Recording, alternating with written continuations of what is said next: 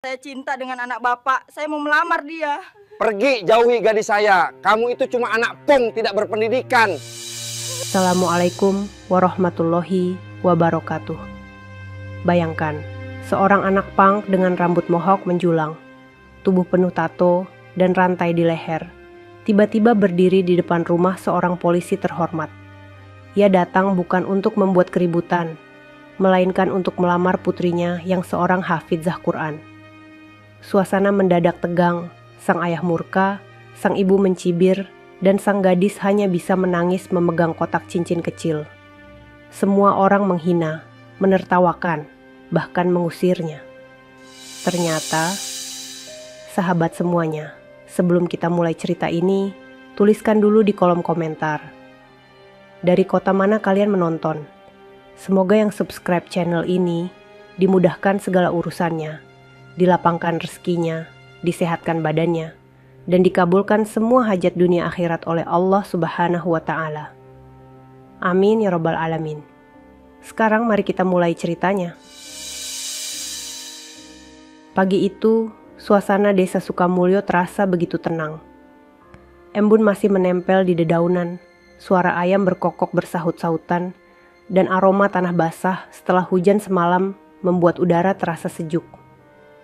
Warga desa sudah mulai beraktivitas.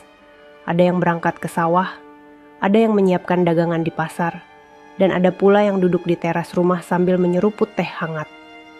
Semua berjalan biasa saja, sampai seorang pemuda dengan penampilan nyentrik melintas di jalan utama desa. Dialah Bima, pemuda yang sejak dulu selalu menjadi bahan omongan orang. Rambutnya berdiri kaku seperti duri, dicat warna pirang keemasan dengan ujung hitam. Telinganya penuh anting besar, lehernya dililit rantai besi, tangannya dipenuhi gelang kulit dan cincin, sementara bajunya hitam dengan sobekan di beberapa bagian. Di tubuhnya, tato bermotif tribal dan kaligrafi Arab saling berbaur, membuat siapapun yang melihat sulit untuk menebak siapa sebenarnya dia. Sebagian orang mengira tato Arab itu hanya hiasan, tapi ada pula yang merasa aneh karena Bima sering terlihat menundukkan kepala, seolah sedang mengingat sesuatu. Anak-anak kecil yang bermain bola di jalan mendadak berhenti ketika melihatnya lewat. Ada yang bersembunyi di balik pagar, ada yang saling berbisik, bahkan ada yang berlari pulang karena takut. Orang dewasa menatap dengan pandangan curiga. Beberapa ibu-ibu yang sedang menyapu halaman bergegas menarik anaknya masuk ke dalam rumah. Wajah mereka tegang, seakan kedatangan Bima membawa malapetaka. Astagfirullah, si Bima lewat lagi, gumam seorang ibu. Anak itu tidak kapok-kapok, padahal sudah sering diusir, sahut yang lain. Entah kenapa penampilannya begitu, padahal orang tuanya dulu orang baik, tambah seorang bapak tua sambil menggeleng pelan. Bima sebenarnya mendengar semua bisikan itu, tapi ia tetap berjalan tenang. Langkahnya mantap, wajahnya menatap lurus ke depan, walau di matanya tersimpan sedikit gurat lelah. Ia sudah terbiasa dengan tatapan curiga, hinaan, bahkan cacian. Baginya, semua itu sudah menjadi makanan sehari-hari. Namun, hari itu berbeda. Ada sesuatu yang membuat hatinya berdebar. Ada tujuan besar yang ia bawa. Dan tujuan itu membuatnya tidak peduli lagi dengan cibiran warga. Di kejauhan, tampak sebuah rumah besar dengan dinding tembok kokoh dan halaman luas. Itulah rumah Pak Darsan, seorang polisi yang dihormati di desa itu. Bendera merah putih berkibar gagah di tiang halaman, sementara suara ayam jago berkokok dari kandang samping rumah. Rumah itu selalu tampak rapi, terawat, dan penuh wibawa. Semua orang segan dengan pemiliknya. Dan hari itu, langkah Bima justru mengarah ke sana. Ia berhenti sejenak di depan pagar. Dadanya berdegup kencang. Ia menarik napas panjang, lalu menghembuskannya perlahan. Tangannya meraba kantong celana, memastikan sebuah kotak kecil berwarna hitam masih ada di sana. Kotak yang berisi cincin sederhana, bukan cincin berlian, bukan pula cincin mahal, tapi hanya cincin perak yang ia beli dari hasil jerih payahnya berdakwah. Cincin itu memang tidak seberapa nilainya, tapi di dalamnya tersimpan niat tulus dan cinta yang besar. "Ya Allah, kuatkan aku," bisiknya lirih. Bima melangkah masuk, mengetuk pintu dengan sopan. Dari dalam rumah terdengar suara langkah, lalu pintu terbuka. Seorang gadis berhijab abu-abu muncul. Wajahnya lembut, matanya teduh, tapi jelas-jelas terkejut ketika melihat siapa yang datang. Itulah Hana, putri Pak Darsan. Gadis yang dikenal sebagai hafizah Quran, selalu ramah kepada tetangga, dan menjadi teladan bagi banyak anak muda di desa. Bibirnya sempat bergetar, seperti ingin mengucapkan sesuatu, namun tidak ada kata yang keluar. Ia hanya bisa menatap Bima dengan wajah cemas. "Hana," suara Bima bergetar. "Aku datang dengan niat baik, aku ingin melamarmu." Hana terdiam, matanya langsung berkaca-kaca. Tangannya gemetar memegang pintu. Ia tidak menyangka laki-laki dengan penampilan seperti itu akan mengucapkan kata-kata besar di hadapannya. Sebelum ia sempat menjawab, tiba-tiba terdengar suara berat dari dalam rumah. Apa ribut-ribut di depan pintu itu? Ternyata itu suara Pak Darsan. Lelaki gagah dengan seragam polisi keluar dengan langkah tegas. Di sampingnya, Buati, istrinya, ikut menyusul dengan raut wajah penuh tanya. Begitu melihat siapa yang berdiri di depan rumah, Pak Darsan mendadak membelalakan mata. "Astagfirullah, kau lagi, Bima?" Suaranya meledak seperti petir. Bima mencoba tetap tenang. Ia menundukkan kepala sebagai tanda hormat, lalu berkata pelan, "Pak, saya datang bukan untuk buat masalah. Saya datang untuk melamar putri Bapak." Hening seketika. Hana menangis pelan, Buati menutup mulutnya dengan tangan, sementara Pak Darsan langsung memerah wajahnya. Amarahnya meluap. Ia menunjuk Bima dengan telunjuk yang bergetar. "Kurang ajar kau, anak seperti kau berani-beraninya melamar anakku yang hafizah Quran. Apa kau pikir aku akan menyerahkan anakku pada sampah jalanan?" Suasana mendadak mencekam. Hana jatuh terduduk di lantai sambil menutup wajah dengan kerudungnya, menangis tanpa suara. Buati menatap Bima dengan jijik, seolah kehadirannya telah mencemari halaman rumah mereka. Warga desa yang lewat mulai berhenti, memperhatikan dari luar pagar. Bisikan-bisikan mulai terdengar, sebagian menertawakan, sebagian mencibir, sebagian menggeleng tak percaya. Bima berdiri terpaku. Dadanya sesak, tapi matanya tetap menatap penuh keyakinan. "Saya tidak main-main, Pak. Saya datang dengan niat tulus. Saya mencintai Hana, dan insya Allah saya bisa membimbingnya." Namun, jawaban itu justru membuat Pak Darsan semakin marah. Ia melangkah maju, wajahnya merah padam. Tangannya hampir saja mendorong Bima keluar. "Kau dengar baik-baik, Bima. Selama aku masih hidup, jangan pernah mimpi masuk ke keluarga ini. Pergi sebelum aku benar-benar menyeretmu ke kantor polisi." Hinaan itu menusuk hati Bima. Hana menangis lebih keras, sementara Buati hanya menggelengkan kepala dengan ekspresi muak. Warga desa yang melihat mulai berbisik makin keras. Ada yang menertawakan, ada yang mencibir, ada pula yang merekam dengan ponsel. Bima akhirnya mundur perlahan, menunduk dalam. Ia tidak berkata apa-apa lagi. Langkahnya terasa berat, tapi ia tidak ingin membuat keributan. Saat ia berjalan meninggalkan halaman rumah itu, suara-suara tawa dan ejekan masih terdengar di belakang. Namun, dalam hati kecilnya, ia berbisik, "Aku tidak akan menyerah. Akan aku buktikan bahwa niatku tulus." Langkahnya membawa pergi, tapi tatapannya penuh janji. Janji bahwa ia akan kembali, bukan dengan amarah, melainkan dengan sesuatu yang tidak pernah dibayangkan oleh siapapun. Sejak peristiwa itu, suasana desa Sukamulyo menjadi semakin ramai dengan gosip. Hampir setiap sudut warung kopi, pos ronda, hingga pasar, obrolan orang-orang hanya berputar pada satu topik. Keberanian seorang anak pang bernama Bima yang nekat melamar Hana, putri seorang polisi dan hafidzah Quran. "Gila itu anak, berani benar," kata Pak Karyo sambil menyesap kopi di warung. Dia pikir siapa dirinya? Rambut kayak duri landang, baju compang-camping, tato penuh badan. Malah mau masuk ke keluarga polisi. Memangnya bisa? Timpal yang lain. Orang tuanya pasti malu besar kalau masih hidup, tambah seorang bapak yang duduk di pojokan. Obrolan itu seperti api yang cepat merambat. Dari mulut ke mulut, gosip semakin melebar. Ada yang bilang Bima kerasukan, ada yang bilang ia hanya iseng mempermalukan keluarga Pak Darsan. Bahkan ada yang menyebar kabar bahwa Bima hanya ingin menumpang hidup.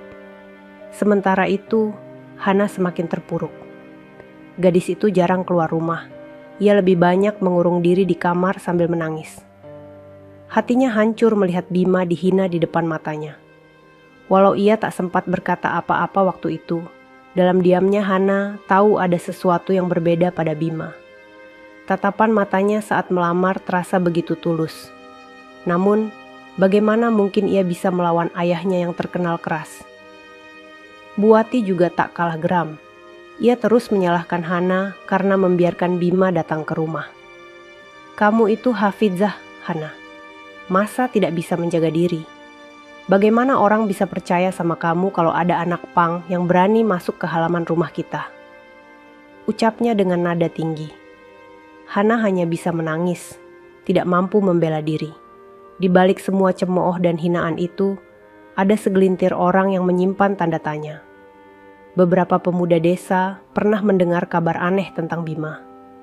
Konon, saat ia ke kota, ia sering dilihat berdiri di atas panggung kecil, bukan untuk bernyanyi, tapi untuk berbicara kepada banyak anak muda. Ada yang bilang ia sedang ceramah. Ada pula yang bilang ia cuma mengajak orang supaya ikut gaya hidupnya. Namun tidak ada yang benar-benar tahu apa yang sebenarnya ia lakukan. Malam itu, di pos ronda, 2 pemuda desa membicarakan hal itu. Kamu pernah dengar kabar tentang Bima di kota? Tanya Randy. Pernah. Katanya dia dipanggil Ustadz Gaul. Aku kurang percaya, masa anak pang bisa jadi ustadz? Jawab Jaya sambil tertawa sinis. Justru itu yang bikin aku penasaran. Temanku yang kuliah di kota bilang, dia sering ikut kajian Bima. Dan katanya Bima hafidz Quran. Bayangkan hafidz bro. Itu cuma cerita orang. Jangan gampang percaya. Penampilan kayak gitu mana mungkin hafidz. Perbincangan mereka berakhir dengan gelengan kepala. Tidak ada yang benar-benar tahu kebenaran kabar itu. Namun desas-desus tentang Ustadz Gaul mulai masuk ke telinga beberapa orang di desa. Di sisi lain, Bima mengurung diri di rumah kontrakannya yang sederhana. Malam itu ia duduk di lantai dengan lampu temaram, membuka mushaf Quran yang sudah lusuh. Bibirnya melantunkan ayat-ayat dengan suara merdu, mengalir lembut, berbeda jauh dengan penampilannya yang keras. Air matanya jatuh, membasahi lembaran mushaf. Ya Allah, aku hanya ingin berjuang di jalanmu. Aku tahu orang-orang menilai dari penampilanku, tapi kau tahu isi hatiku. Beri aku kekuatan, beri aku jalan untuk membuktikan niatku kepada Hana dan keluarganya. Doanya lirih. Suara azan subuh menggema dari masjid desa. Bima bergegas menutup mushaf, mengambil air wudhu, lalu pergi ke masjid. Di sepanjang jalan, beberapa orang masih menatapnya dengan pandangan sinis. Namun ia tidak peduli. Sesampainya di masjid, ia masuk dan berdiri di saf paling belakang. Beberapa jamaah terlihat resah. Ada yang menoleh dengan wajah tidak nyaman. Bahkan ada yang berbisik, apa anak pung boleh sholat di masjid? Tapi Bima tetap khusyuk, tidak menoleh ke kiri atau kanan. Saat imam membaca ayat-ayat Quran, matanya terpejam, bibirnya bergerak mengikuti hafalan. Ia larut dalam doa, meskipun orang lain meragukan ibadahnya. Setelah salam, beberapa bapak tua segera berdiri, seolah ingin pergi cepat-cepat agar tidak berdekatan dengannya. Hanya Pak Hashim, imam masjid, yang menghampiri. Bima, ucapnya lembut. Bima menunduk hormat. Iya Pak, jangan hiraukan mereka. Allah tahu apa yang ada dalam hati kita. Bima tersenyum tipis, matanya berkaca-kaca. Terima kasih Pak, doakan saya kuat. Pak Hashim menepuk bahunya pelan, lalu pergi. Hari-hari berikutnya, gosip di desa semakin menjadi. Ada yang menertawakan, ada yang mencibir, tapi ada juga yang diam-diam penasaran. Hana sendiri makin sering menatap keluar jendela kamarnya, berharap Bima akan datang lagi, meski ia takut pada reaksi ayahnya. Dan benar, Bima memang sudah berniat kembali. Tapi kali ini, ia tidak akan datang dengan tangan kosong. Ia berencana membawa sesuatu yang akan membuat satu desa terdiam. Sore itu langit Sukamulyo terlihat muram. Awan kelabu menggantung, angin berhembus pelan membawa aroma tanah basah. Jalan desa yang biasanya ramai mulai lengang. Hanya beberapa anak kecil yang berlari pulang sambil membawa buku sekolah mereka. Di ujung jalan, sosok Bima berdiri termenung, menatap jauh ke arah sebuah rumah besar yang ia kenal betul. Rumah Pak Darsan. Dari kejauhan, rumah itu tampak begitu gagah.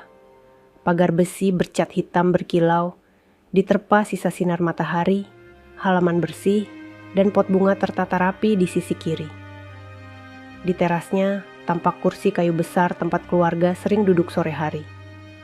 Dan di balik jendela yang tertutup tirai putih, ada bayangan seorang gadis yang membuat hati Bima selalu bergetar. Hana. Bima berdiri cukup lama di pinggir jalan. Dadanya terasa sesak. Ia tahu, sejak hari lamaran itu, nama dirinya tercoreng di depan seluruh desa. Ia tidak hanya dipermalukan, tapi juga dianggap gila karena berani mendekati keluarga Pak Darsan. Namun, rasa cintanya pada Hana membuatnya tetap bertahan. Ya Allah, kalau memang dia jodohku, tolong kuatkan langkahku, bisiknya lirih. Sejenak, Bima teringat kembali masa kecilnya. Ia bukan anak sembarangan. Ayahnya dulu seorang guru ngaji, ibunya seorang penjual sayur yang dikenal jujur dan baik hati. Ia tumbuh dalam suasana sederhana, tapi penuh kasih sayang. Namun, setelah kedua orang tuanya wafat dalam kecelakaan, hidupnya berubah. Ia kehilangan arah, masuk ke dunia jalanan, bergaul dengan anak pang, hingga akhirnya mengenal dunia kelam. Namun, di tengah kegelapan itu, Allah justru membuka jalan. Ia bertemu seorang ustadz di kota yang sabar menuntunnya kembali ke Quran. Dari situlah hidupnya berubah. Ia belajar menghafal ayat demi ayat, hingga akhirnya berhasil menjadi hafidz. Tapi Bima sadar, penampilan lamanya sudah melekat. Banyak anak jalanan yang justru mau mendekat kepadanya karena melihat penampilannya sama.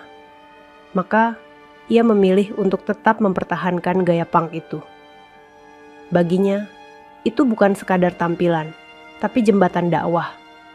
Angin sore bertiup semakin kencang. Dari arah halaman rumah, terdengar suara Hana sedang membaca Quran dengan suara lembut. Suaranya sampai ke telinga Bima, membuat hatinya semakin bergetar. Ia menutup mata, mendengarkan setiap ayat yang dibaca. Indah sekali, gumamnya pelan. Namun ketenangan itu tidak bertahan lama. Dari arah jalan datang sekelompok pemuda desa. Mereka melihat Bima berdiri di dekat pagar rumah Pak Darsan. Salah satu dari mereka langsung bersuara keras. Lihat tuh, si pang gila masih berani-beraninya nongkrong di sini. Tawa meledak dari mulut yang lain. Mungkin dia masih mimpi bisa jadi menantu polisi. Kasihan, cinta ditolak, dibilang sampah jalanan, masih saja tidak kapok. Bima menoleh sebentar, tatapannya tenang, lalu kembali memandang rumah itu. Ia tidak membalas. Hinaan itu sudah biasa ia dengar. Tetapi semakin banyak orang yang berkumpul, semakin keras pula ejekan yang ia terima. Dari dalam rumah, Hana yang mendengar keributan itu menyingkap tirai jendela. Matanya membesar saat melihat Bima sedang dikerumuni pemuda desa. Ia ingin keluar, ingin menghentikan ejekan itu, tapi langkahnya terhenti ketika suara ayahnya terdengar dari belakang. Hana, jangan berani-berani buka pintu kalau dia masih di luar. Suara Pak Darsan menggelegar. Hana tercekat, air matanya menetes. Ia kembali menutup tirai, duduk di lantai sambil menutupi wajah dengan kerudungnya. Doanya hanya satu, semoga Allah memberi jalan untuk Bima.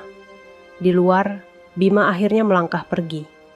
Ia berjalan perlahan, meninggalkan kerumunan pemuda yang masih menertawakannya. Namun, jauh di dalam dadanya, ia sudah membuat keputusan besar. Cukup, 3 hari lagi aku akan kembali. Bukan dengan kata-kata, tapi dengan bukti. Ucapnya mantap. Langkahnya semakin jauh, meninggalkan bayangan rumah besar itu. Sementara di balik tirai jendela, Hana terus menatap kepergiannya dengan hati yang tak kuasa menahan tangis. Hari itu menjadi hari yang tidak akan pernah dilupakan warga desa Sukamulyo. Sejak pagi, suasana sudah terasa berbeda. Banyak orang berbisik-bisik di jalan. Sebagian menahan tawa, sebagian lagi pura-pura heran. Kabar sudah menyebar. Bima, anak pang yang selalu menjadi bahan ejekan, benar-benar nekat datang ke rumah Pak Darsan untuk melamar Hana, putri polisi yang terkenal tegas. Di warung Embok City, obrolan semakin panas. Beneran itu Bu, si Bima mau melamar Hana? Iya, aku lihat sendiri dia lewat jalan utama. Rambutnya berdiri kayak sapu ijuk, rantai di leher, tapi mukanya serius sekali. Ya Allah, dunia ini sudah mau kiamat. Mana mungkin anak pang kayak gitu bisa jadi suami Hafizah? Semua tertawa keras. Ada yang sampai terbatuk karena terlalu geli. Sementara itu, di rumah besar bercat putih itu, Hana duduk di ruang tamu dengan wajah pucat. Tangannya gemetar, matanya sembab bekas menangis semalaman. Ia mendengar kabar bahwa Bima benar-benar akan datang hari ini, membawa niat yang sama seperti sebelumnya. Hatinya kalut. Ia mengenal Bima tidak sedalam itu, tapi dari tatapan matanya, ia merasakan ketulusan. Namun, ia juga tahu betapa kerasnya ayahnya jika menyangkut harga diri keluarga. Pak Darsan duduk di kursi dengan seragam dinasnya lengkap, wajahnya tegang, alisnya mengerut dalam. Ia sudah mendengar kabar yang sama dari warga, bahkan beberapa tetangga sengaja datang untuk memastikan. Bu Wati mondar-mandir di ruang tamu, wajahnya penuh rasa marah bercampur malu. Tidak bisa dibiarkan Darsan, katanya dengan suara bergetar. Kalau dia benar-benar datang lagi, kita harus beri pelajaran. Jangan sampai seluruh desa menganggap anak kita bisa dilamar oleh sampah jalanan. Pak Darsan mengepalkan tangan. Tenang saja, kali ini aku tidak akan membiarkan dia bicara panjang lebar. Tak lama kemudian, suara langkah berat terdengar di depan rumah. Suasana mendadak hening. Hana menahan napas, tubuhnya bergetar. Dari jendela tampak sosok yang sudah dikenal. Rambut mohawk menjulang, baju hitam sobek, rantai melingkar di leher, dan wajah penuh tato. Itulah Habima, berdiri tegak dengan wajah serius. Ia melangkah masuk halaman, membawa sebungkus kecil yang ia sembunyikan di balik jaket. Warga yang sudah menunggu di luar pagar segera berdesakan ingin melihat. Ada yang merekam dengan ponsel, ada yang tertawa sambil menutup mulut, ada yang hanya geleng-geleng kepala. Bima mengetuk pintu perlahan. Assalamualaikum. Suaranya terdengar dalam, sedikit bergetar tapi penuh keyakinan. Pintu dibuka dan Hana muncul dengan wajah penuh air mata. Ia tidak berani menatap terlalu lama. Kenapa kamu datang lagi, Bima? Bisiknya lirih. Namun sebelum ia sempat berkata lebih, Pak Darsan muncul dari belakang. Beraninya kamu kembali ke sini. Suaranya menggelegar. Ia melangkah cepat ke depan, berdiri menghadang Bima. Wajahnya merah padam. Tangannya menunjuk tepat ke arah dada Bima. Kamu pikir aku akan menyerahkan anakku untukmu? Hanya mimpi. Pergi dari sini sebelum aku benar-benar menahanmu. Hening sesaat, lalu suara warga di luar pagar mulai ramai. Waduh, ini seru. Si Panggila dilabrak polisi. Kalau sampai ditampar, jangan heran. Tawa pecah di antara kerumunan. Bima tetap menunduk hormat. Ia tidak melawan, tidak marah. Dengan tenang, ia mengeluarkan sebuah kotak kecil hitam dari dalam jaket. Ia membuka kotak itu, menampakkan cincin perak sederhana. Pak, saya datang dengan niat baik. Saya mencintai Hana. Cincin ini memang sederhana, tapi saya berjanji akan membahagiakannya dengan seluruh hidup saya. Hana menutup mulutnya. Air matanya jatuh deras. Bu Wati memekik jijik. Astagfirullah, kau berani sekali mempermalukan kami dengan cincin murahan itu? Pak Darsan semakin murka. Dengan cepat ia menampar kotak cincin itu hingga jatuh ke tanah. Jangan mimpi, Bima. Anak sepertimu tidak pantas berdiri di sini. Cincin kecil itu terguling di lantai teras, berkilau sebentar sebelum berhenti di kaki Hana. Ia gemetar, ingin meraihnya, tapi ayahnya berdiri menghadang. Bima menunduk dalam, dadanya sesak, namun suaranya tetap pelan. Saya tidak akan menyerah, Pak. Suatu hari saya akan kembali, bukan dengan kata-kata, tapi dengan bukti. Kerumunan warga meledak dengan tawa dan ejekan. Ada yang bersorak, ada yang bertepuk tangan, seolah menyaksikan tontonan gratis. Bima akhirnya berbalik, melangkah pergi dengan kepala tetap tegak. Di balik tirai, Hana menangis sejadi-jadinya. Sementara itu, Bu Wati menggeleng penuh muak, dan Pak Darsan masih berdiri dengan wajah tegang, merasa dirinya sudah menjaga kehormatan keluarga.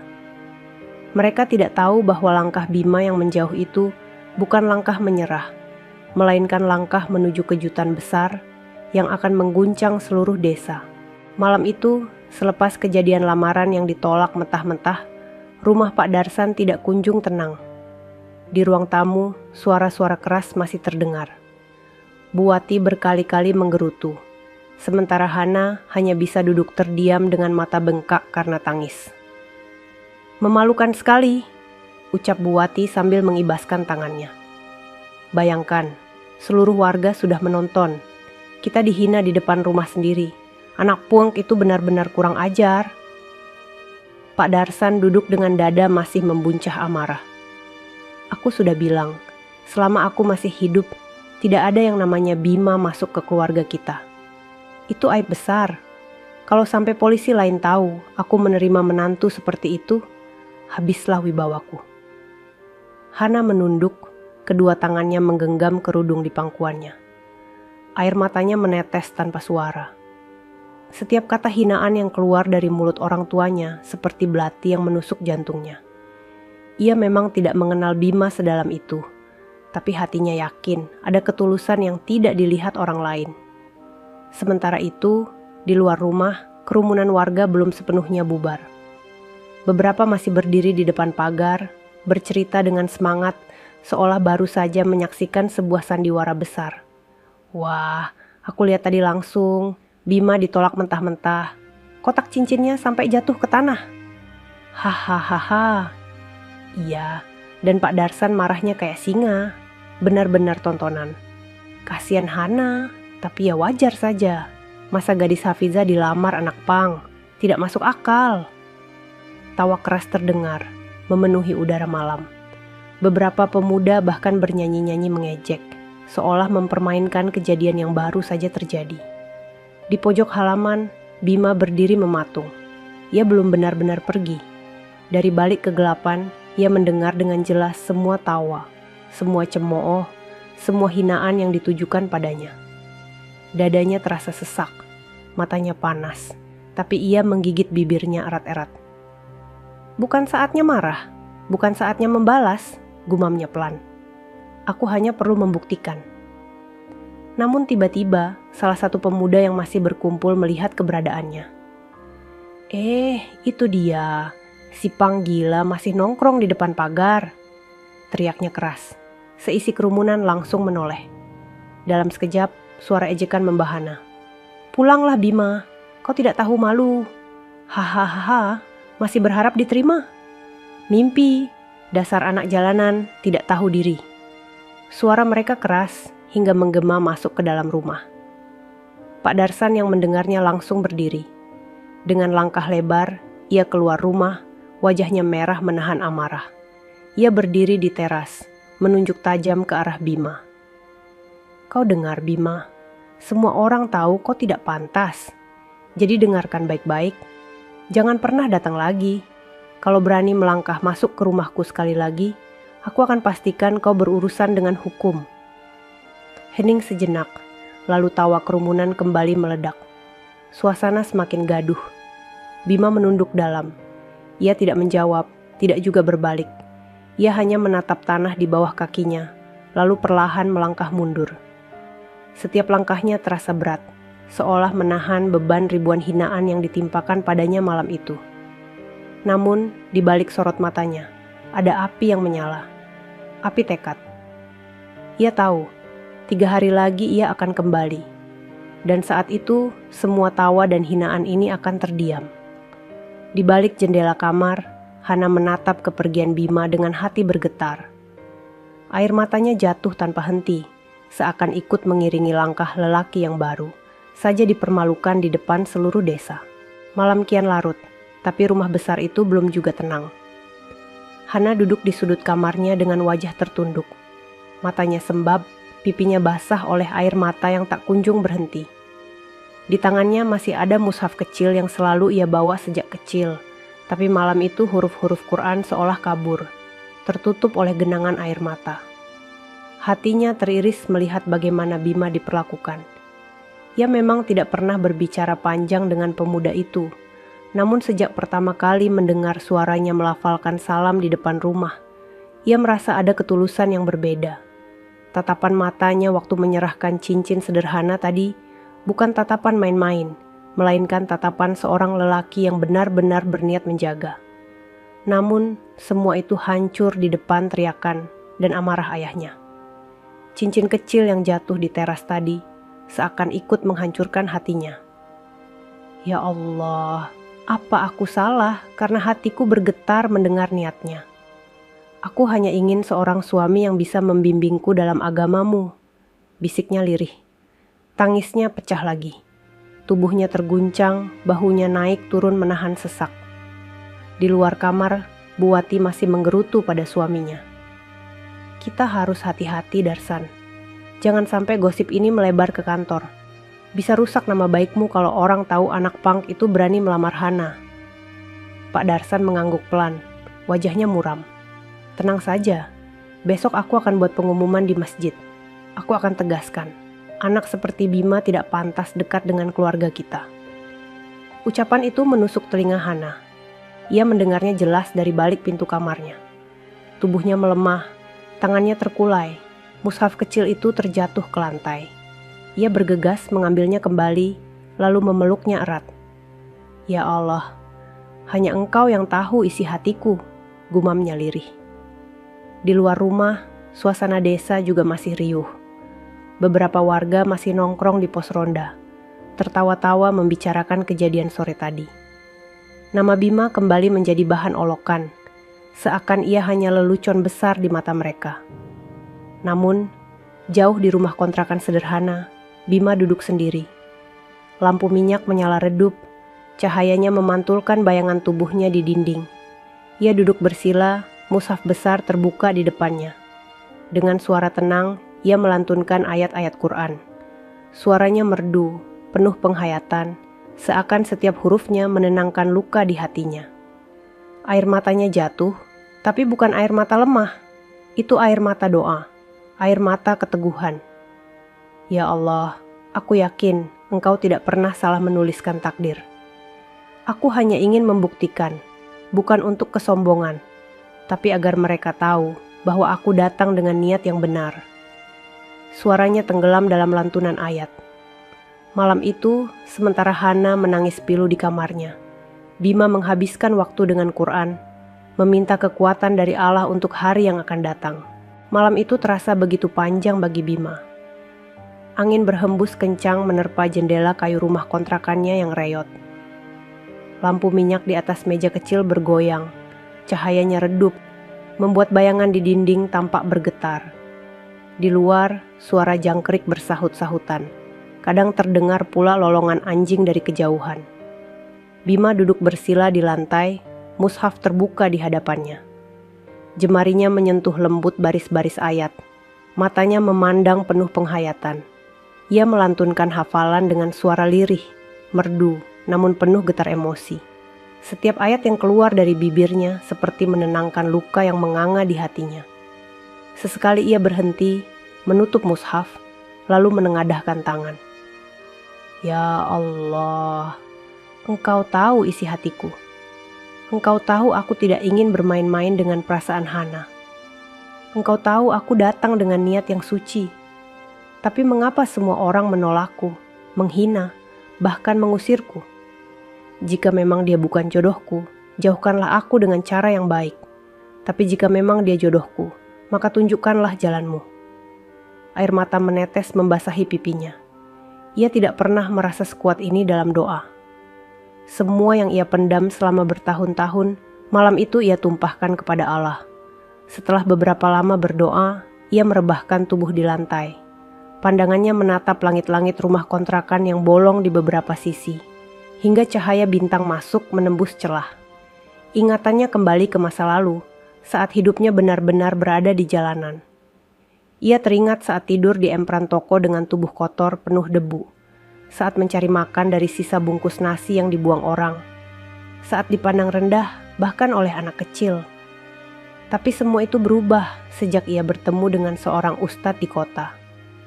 Ustadz itu tidak melihat rambut mohawk atau tatonya, tidak menilai rantai di lehernya, tapi langsung merangkulnya, mengajaknya masuk ke masjid, dan sabar membimbingnya. Bima, jangan pernah malu kembali pada Allah. Penampilanmu bisa berubah, tapi hatimu harus lebih dulu berubah. Begitu kata ustadz itu dulu. Dan malam itu, kata-kata itu kembali terngiang. Bima menggenggam tangannya erat, seolah memegang janji. Aku tidak akan menyerah. Aku akan kembali. 3 hari lagi, aku akan buktikan pada mereka semua. Ia bangkit dari lantai, menatap mushaf di hadapannya. Bibirnya tersenyum kecil meski matanya masih basah oleh air mata. Aku punya sesuatu yang tidak mereka tahu. Sesuatu yang akan membuat mereka semua terdiam. Malam pun terus berjalan. Suara azan subuh akhirnya terdengar dari kejauhan. Bima berdiri, berwudu dengan air sumur yang dingin, lalu bersiap melangkah ke masjid. Malam panjang penuh doa dan kenangan itu berakhir dengan satu tekad yang semakin menguat di dadanya. Ia akan kembali ke rumah itu, bukan sebagai anak pang yang dihina, melainkan sebagai lelaki yang siap membuktikan siapa dirinya sebenarnya. Pagi itu, udara desa Sukamulyo terasa lebih sejuk dari biasanya. Kabut tipis masih menyelimuti sawah, suara ayam berkokok bersahut-sahutan, dan sinar matahari mulai menembus dedaunan. Warga desa kembali beraktivitas, namun di setiap sudut obrolan, nama Bima tetap menjadi bahan perbincangan. Seolah semua orang belum puas membicarakan kegagalannya melamar Hana. Di masjid, beberapa bapak duduk di serambi sambil menyeruput kopi.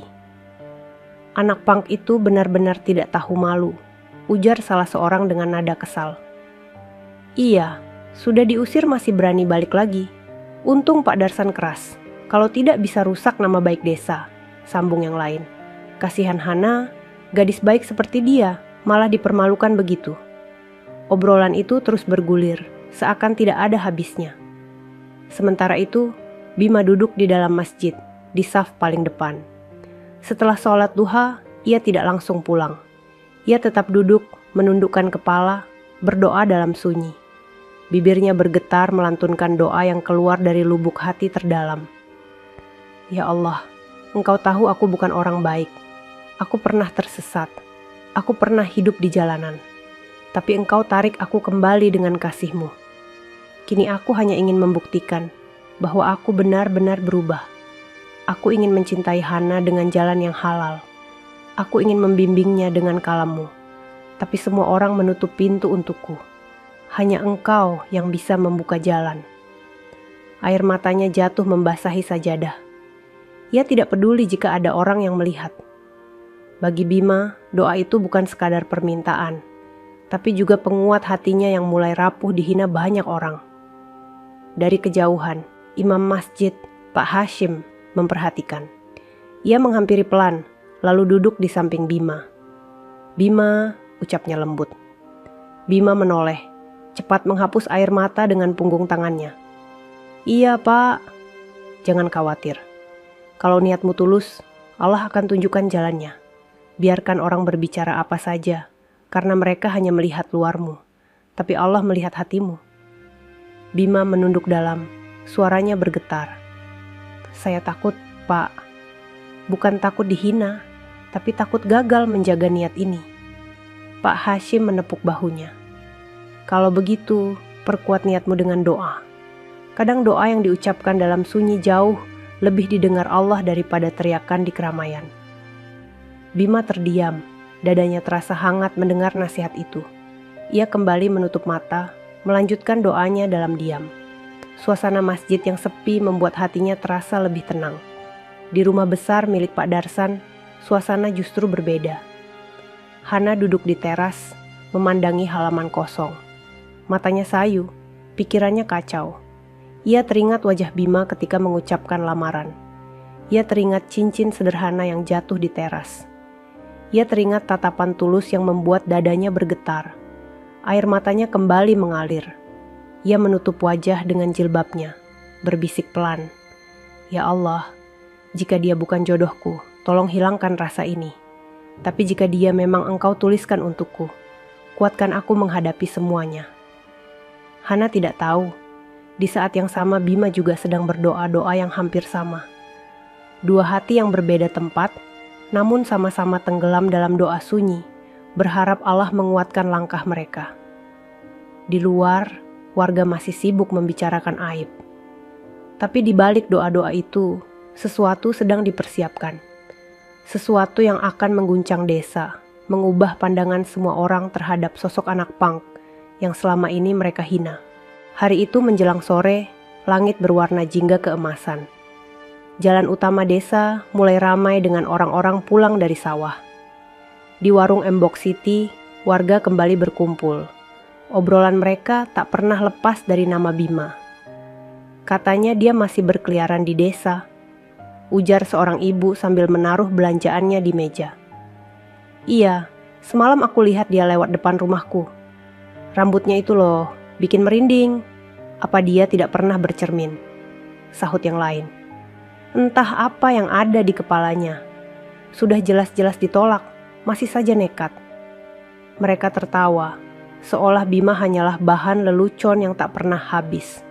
Namun, tidak semua orang menertawakan. Di sudut warung, seorang pemuda kota bernama Farid yang sedang mudik diam-diam mendengarkan. Ia mengenal Bima bukan dari desa, tapi dari majelis di kota. Baginya, mendengar warga merendahkan Bima seperti mendengar cerita yang terbalik. Ia mendekat ke salah satu bapak tua yang ikut bercakap. Pak, sebenarnya kalian tahu tidak siapa Bima itu? Tanyanya pelan. Bapak tua itu menatap heran. Ya anak pang, siapa lagi? Farid tersenyum miris. Mungkin penampilannya memang begitu, tapi di kota dia dipanggil Ustadz Gaul. Banyak anak muda jalanan yang berubah karena dakwahnya. Saya sendiri pernah ikut kajiannya. Hafalannya luar biasa. Suaranya merdu kalau membaca Quran. Warga yang mendengar langsung terdiam sejenak, lalu tertawa keras. Hahaha, jangan bercanda nak. Mana mungkin anak pang hafidz Quran. Itu pasti cuma cerita bualan. Tidak masuk akal. Farid hanya menghela napas. Ia tidak ingin memperpanjang, tapi dalam hatinya ia tahu siapa sebenarnya Bima. Di sisi lain, di rumah kontrakan, Bima duduk bersama seorang sahabat lamanya, Dani, yang juga dulunya anak jalanan. Mereka berbincang serius. Bim, kenapa kamu masih bertahan di desa ini? Orang-orang jelas tidak suka sama kamu, kata Dani. Bima tersenyum tipis. Karena aku tidak ingin lari. Kalau aku pergi, mereka akan tetap menganggapku sampah. Aku harus buktikan bahwa aku bukan seperti yang mereka kira. Dani menatapnya dalam. Tapi kenapa kamu masih dengan gaya ini? Mohawk, rantai, baju sobek. Kalau kamu tampil rapi, orang pasti lebih percaya. Bima menghela napas panjang. Aku sengaja mempertahankan gaya ini. Anak-anak jalanan tidak akan mau dekat denganku kalau aku berubah total. Dengan penampilan punk ini, mereka merasa aku sama seperti mereka. Dan saat mereka mau dekat, baru aku bisa ajak mereka ke masjid, aku bisa ajarkan Quran. Ini jalan yang Allah pilihkan untukku dan... Dani terdiam, matanya berkaca-kaca. Ia tahu betul bagaimana dulu mereka berdua hidup di jalanan. Dan kini, sahabatnya yang dulu sama-sama tersesat telah menjadi sosok yang berbeda. Sore itu, Bima kembali membuka mushaf. Suaranya melantunkan ayat dengan merdu. Dani hanya bisa menunduk, air matanya jatuh mendengar bacaan itu. Di luar jendela, beberapa anak kecil yang lewat berhenti, terheran-heran. Mereka melihat sosok Pang dengan rambut mencolok membaca Quran dengan suara yang begitu indah.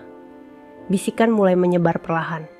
Tidak semua percaya, tapi kabar itu tetap beredar.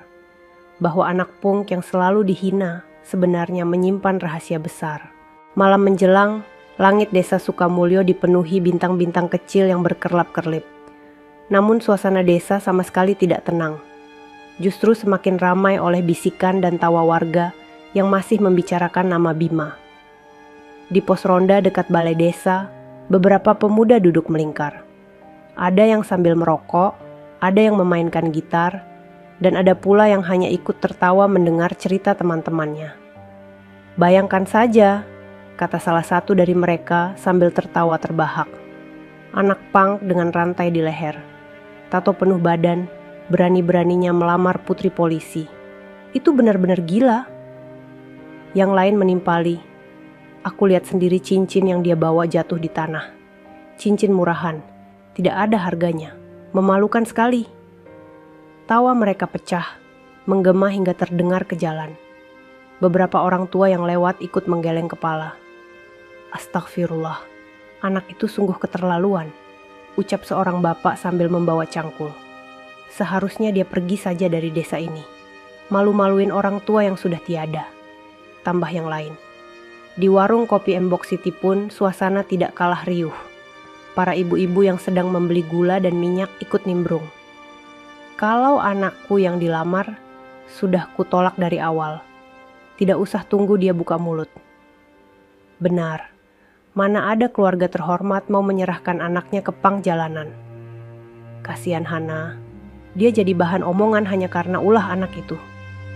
Tawa kecil menyertai, meski ada pula yang melirik kanan kiri, takut kalau Bima mendengar. Sementara itu, Hana hanya bisa meringkuk di kamarnya. Setiap suara tawa yang masuk lewat jendela membuat hatinya semakin hancur. Ia tahu, semua orang menertawakan Bima. Dan secara tidak langsung, dirinya pun ikut jadi bahan lelucon. Air matanya tidak berhenti jatuh. Ia memeluk mushaf kecilnya erat-erat, berdoa agar semua ini segera berakhir. Di sisi lain, Bima berjalan menyusuri jalanan desa. Ia mendengar dengan jelas tawa yang ditujukan padanya. Setiap kalimat, setiap ejekan masuk ke telinganya seperti panah tajam. Tapi wajahnya tetap tenang, langkahnya mantap. Dalam hati, ia mengulang doa yang sama, berbisik pelan, "Ya Allah, kuatkan aku. Biarkan mereka menertawakan, biarkan mereka menghina. Aku hanya butuh Engkau yang tahu isi hatiku." Ia berhenti sejenak di dekat sawah, menatap hamparan hijau yang membentang luas. Angin malam bertiup lembut, membuat rambut mohawknya bergoyang. Tatapannya dalam, penuh tekad. Ia tahu ejekan itu akan semakin menjadi, tapi ia sudah berjanji pada dirinya sendiri. 3 hari lagi, ia akan kembali dengan sesuatu yang akan membungkam semua tawa itu. Di pos ronda, tawa para pemuda masih pecah. Mereka tidak tahu bahwa orang yang mereka hina habis-habisan justru sedang menyiapkan kejutan yang akan mengguncang desa mereka sendiri. Fajar mulai menyingsing, cahaya merah muda perlahan muncul di ufuk timur. Desa Sukamulyo yang semalam ramai oleh tawa kini tampak lengang. Udara dingin menusuk kulit, kabut tipis masih menyelimuti sawah, dan suara azan subuh terdengar sayup-sayup dari masjid desa. Bima bangun lebih awal dari biasanya. Matanya sembab karena kurang tidur, tetapi tekad di dalam dadanya justru semakin kokoh. Ia mengambil air wudhu di sumur belakang rumah kontrakannya, lalu melangkah menuju masjid. Di saf paling depan, ia sholat dengan khusyuk, membaca ayat-ayat panjang dengan suara lirih. Air matanya kembali jatuh, namun bukan lagi karena sakit hati, melainkan karena rasa syukur masih diberi kekuatan untuk bertahan. Selesai sholat, ia duduk lebih lama, Jemarinya bergetar saat memegang mushaf. Ia menutup mata, mengingat kembali semua kejadian yang menimpanya. Hinaan di depan rumah Pak Darsan, tawa pemuda desa, cibiran ibu-ibu di warung, bahkan pandangan jijik yang ia terima setiap kali lewat di jalan. Semua itu membuatnya sadar, langkah berikutnya tidak boleh sekadar pembuktian, tapi harus menjadi saksi bahwa Allah mampu membalikkan keadaan dalam sekejap. Ya Allah, izinkan aku kembali bukan dengan amarah, bukan dengan balasan, tapi dengan bukti bahwa Engkau tidak pernah salah menulis takdir. Bisiknya dalam doa. Hari itu ia bertemu kembali dengan Dani, sahabat lamanya. Mereka duduk di beranda kontrakan, ditemani segelas teh hangat. Bim, aku dengar orang-orang desa makin jadi. Nama kamu terus diejek. Kamu benar-benar tidak takut? Tanya Dani dengan raut cemas. Bima tersenyum tenang. Aku sudah terlalu sering dihina, Dan. Dulu waktu hidup di jalanan, aku lebih sering dianggap sampah. Sekarang pun sama. Bedanya, aku sudah punya pegangan. Aku punya Quran, aku punya Allah. Itu cukup. Dani menunduk, matanya berkaca-kaca. Jadi apa langkahmu selanjutnya? Bima menarik napas panjang, lalu berkata mantap. 3 hari lagi, aku akan kembali ke rumah itu. Aku akan membawa mahar yang membuat seluruh desa terdiam. Dani terperanjat. Maksudmu? Bima hanya tersenyum samar. Biarkan saja menjadi rahasia. Aku tidak ingin orang tahu sebelum waktunya. Yang jelas, saat aku berdiri lagi di depan rumah itu, tidak ada seorang pun yang bisa menertawakan lagi. Hari-hari berikutnya, Bima menghabiskan waktunya dalam doa dan persiapan. Ia menulis surat singkat untuk Hana, menitipkan lewat Pak Hashim agar sampai ke tangannya. Surat itu hanya berisi kalimat sederhana. Jangan menangis lagi. 3 hari lagi aku akan kembali. Percayalah, niatku bukan untuk mempermalukanmu, tapi untuk menjaga. Surat itu sampai ke tangan Hana pada malam harinya.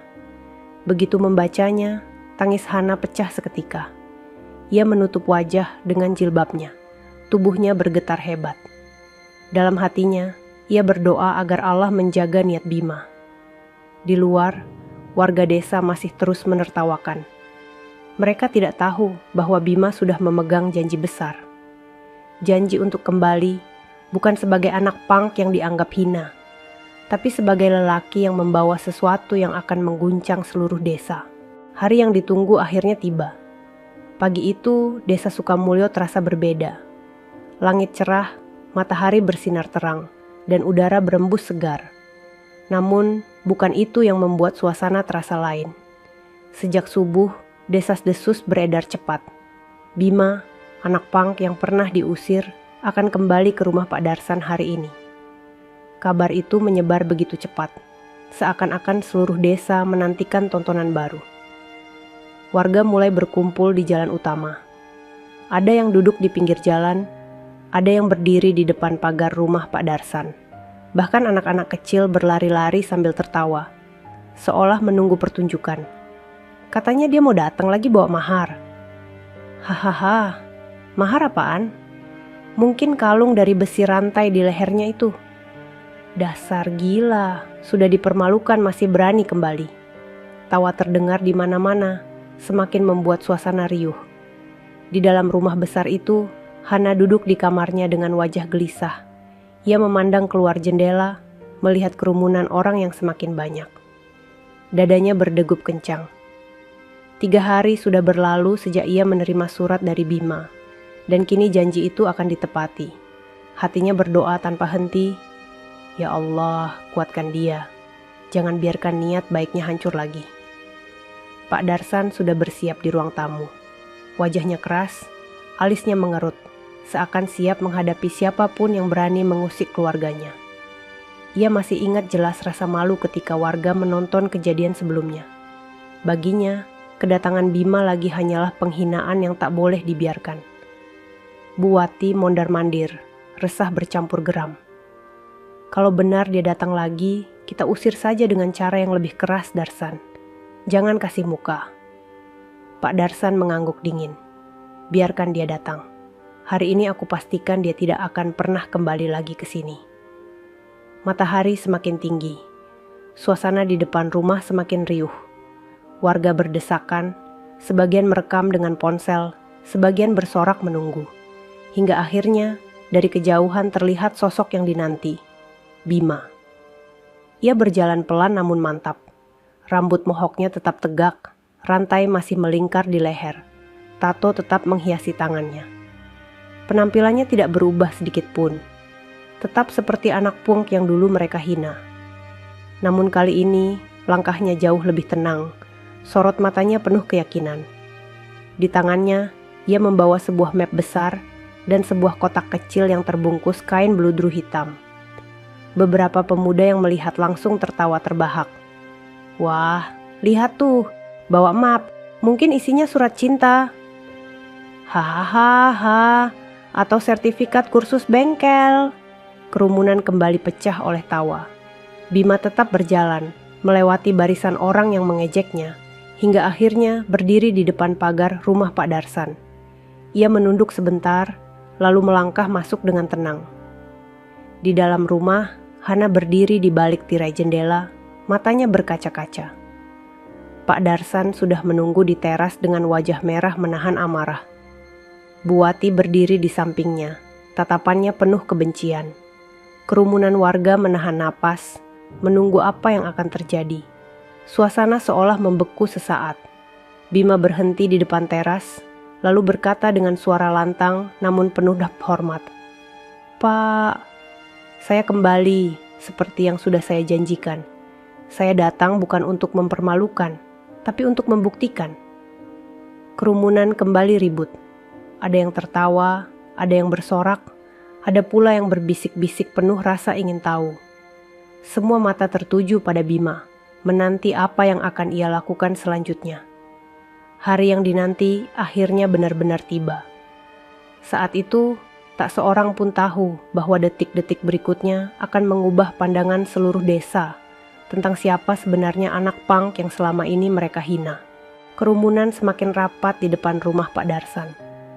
Udara panas siang itu tidak mengurangi rasa penasaran warga. Semua mata tertuju pada sosok Bima yang berdiri tegak di halaman, dengan map besar di tangan kanan dan kotak beludru hitam di tangan kiri. Pak Darsan menatapnya tajam, wajahnya merah menahan amarah. Buati berdiri di sampingnya dengan ekspresi penuh jijik, sementara Hana mengintip dari balik tirai jendela dengan hati berdebar kencang. Bima menundukkan kepala hormat, lalu mengangkat map yang dibawanya. Suaranya lantang namun tenang. Pak, Bu, saya datang membawa mahar. Bukan sekadar cincin, bukan sekadar kata-kata, tapi sesuatu yang nyata. Ia membuka map itu perlahan.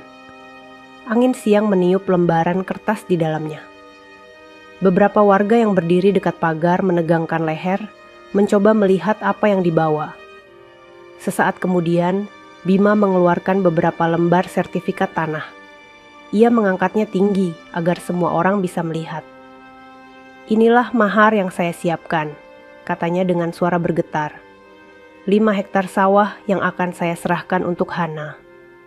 Kerumunan langsung heboh. Suara teriakan, desisan, dan bisikan memenuhi udara. 5 hektar? Astagfirullah, banyak sekali. Mustahil anak pang punya tanah sebanyak itu. Dia pasti berbohong. Pak Darsan terperangah. Wajahnya yang tadi penuh amarah berubah menjadi bingung. Buati terdiam, mulutnya terbuka lebar, tak sanggup berkata apa-apa. Belum selesai keterkejutan itu, Bima melanjutkan. Ia membuka kotak beludru hitam di tangannya. Di dalamnya terbaring sebuah cincin berlian yang berkilau memantulkan cahaya matahari. Berlian itu begitu besar dan indah, membuat siapapun yang melihat tertegun. Dan ini, lanjut Bima, cincin berlian senilai 500 juta rupiah. Saya serahkan sebagai bukti kesungguhan saya. Kerumunan makin gaduh. Ada yang ternganga, ada yang bertepuk tangan, ada yang langsung terdiam tidak percaya.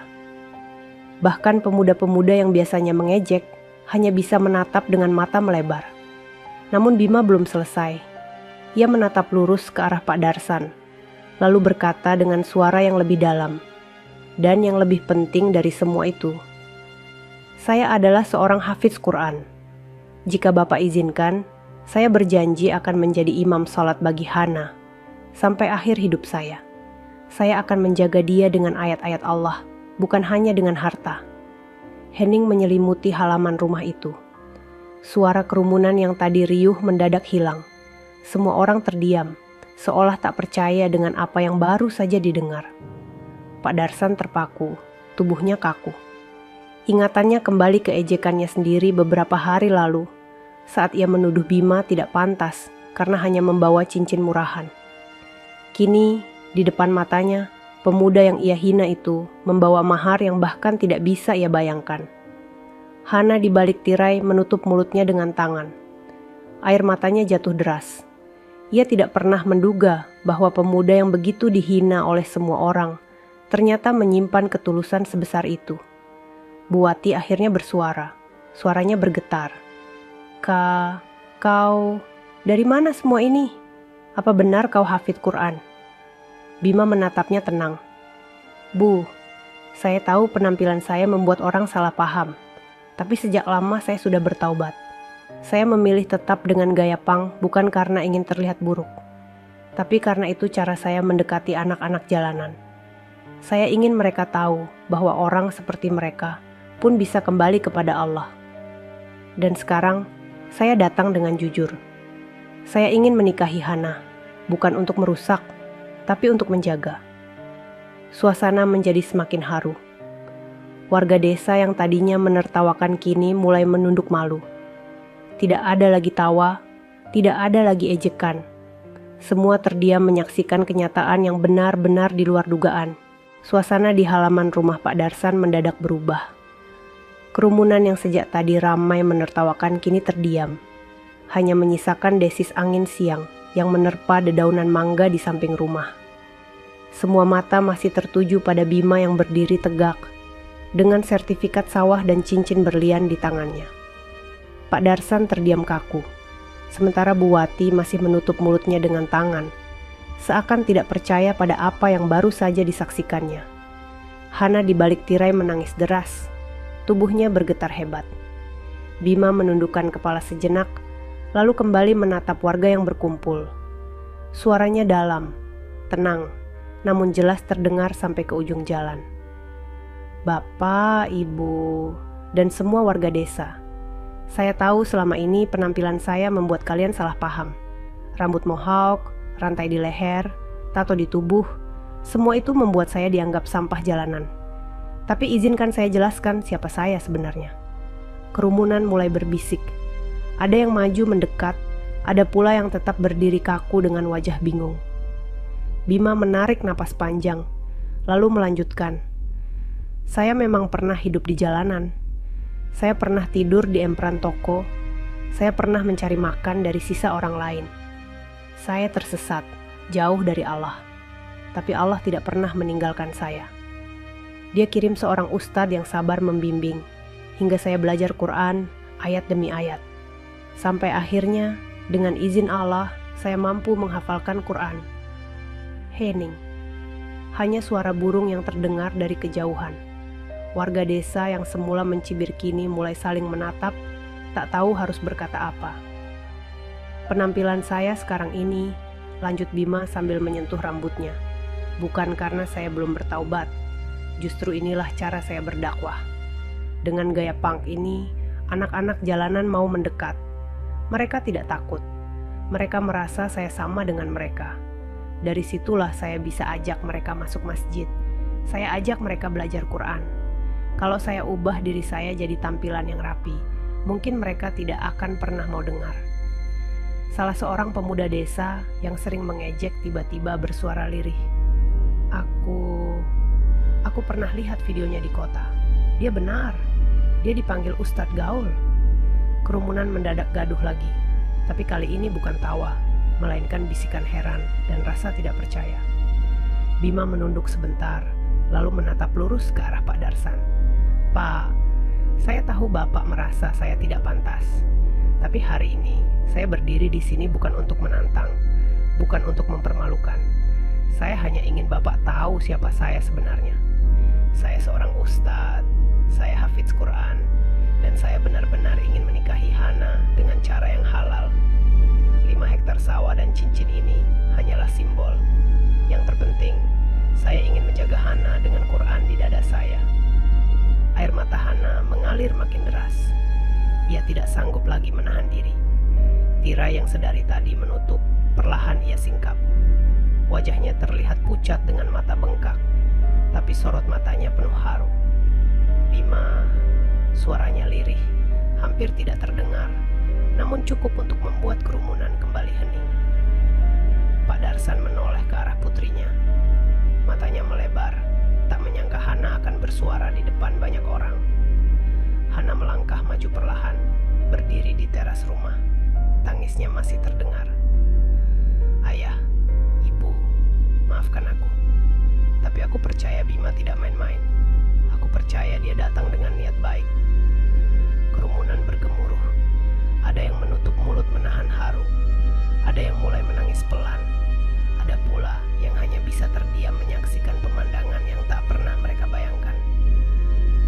Pak Darsan masih berdiri kaku. Dadanya naik turun menahan emosi. Antara gengsi, marah, dan rasa kaget bercampur menjadi satu. Di hadapannya, seorang pemuda pang yang selama ini ia anggap hina, ternyata adalah seorang ustadz gaul yang hafiz Quran, membawa mahar yang membuat semua orang terdiam. Hari itu akhirnya tiba. Setelah kejadian yang mengguncang seluruh desa, kabar pernikahan Bima dan Hana menyebar ke setiap telinga. Warga yang sebelumnya menertawakan kini justru menunggu dengan penuh penasaran. Ada rasa malu yang terselip di wajah mereka, tapi juga rasa ingin menyaksikan bagaimana akhir kisah ini. Pagi yang cerah menyelimuti desa Sukamulyo. Udara wangi bunga Kamboja bercampur dengan harum masakan dari dapur rumah besar Pak Darsan. Halaman rumah yang dulu menjadi tempat hinaan kini berubah menjadi tempat penuh harap. Kursi-kursi disusun rapi, tikar digelar, dan hiasan janur kuning menghiasi pintu gerbang. Hana duduk di dalam kamar dengan wajah cantik berhias sederhana. Air matanya jatuh perlahan saat menatap cermin. Tangannya bergetar memegang buket bunga melati yang harum. Hatinya berdesir, tidak percaya bahwa setelah semua tangis dan penghinaan, hari ini ia benar-benar akan dinikahkan dengan lelaki yang pernah berdiri penuh luka di depan pintu rumahnya.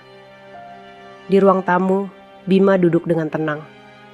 Rambut mohoknya tetap berdiri, rantai kecil masih melingkar di leher. Tato di tangannya tetap terlihat jelas.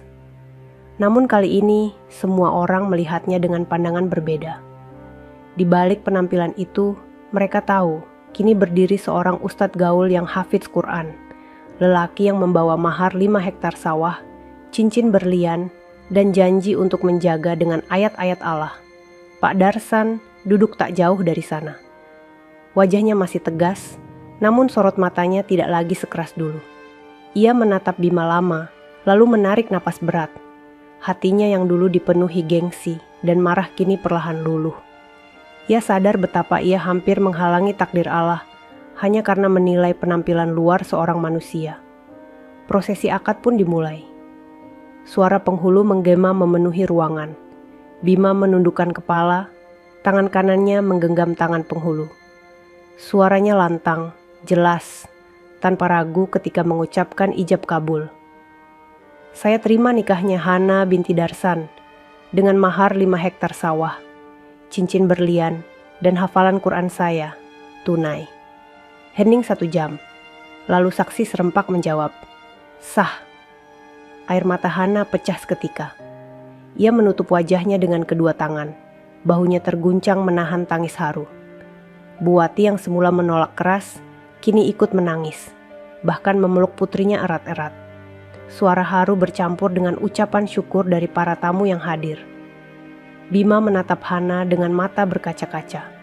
Ia melangkah pelan, lalu menunduk hormat di hadapan kedua mertuanya. Pak, Bu, terima kasih sudah merestui. Saya janji akan menjaga Hana dengan seluruh jiwa dan Quran di dada saya. Pak Darsan terdiam, lalu mengangguk pelan. Suaranya bergetar ketika berkata, "Aku salah menilaimu, Bima. Maafkan aku. Hari ini aku serahkan anakku kepadamu. Jagalah dia sebaik-baiknya." Tangis warga yang menyaksikan pecah. Mereka yang dulu menertawakan kini merasa malu. Banyak yang menunduk, ada yang mengusap mata dengan tangan kasar mereka. Mereka sadar, orang yang mereka hina ternyata jauh lebih mulia di hadapan Allah. Pernikahan itu berlangsung sederhana, namun penuh makna. Tidak ada kemewahan berlebihan, tapi ada doa-doa yang dipanjatkan tulus. Ada harapan yang mengalir deras, ada cinta yang kini terikat halal. Di ujung acara, Bima menggenggam tangan Hana dengan lembut. Ia berbisik, "Mulai hari ini kita akan berjalan bersama. Aku akan tetap dengan penampilanku, tapi hatiku milikmu sepenuhnya. Kita akan jaga Quran, kita akan jaga cinta ini di jalan Allah." Hana tersenyum sambil menangis, lalu mengangguk pelan. "Aku percaya." Dan hari itu, Desa Sukamulyo tidak lagi sama.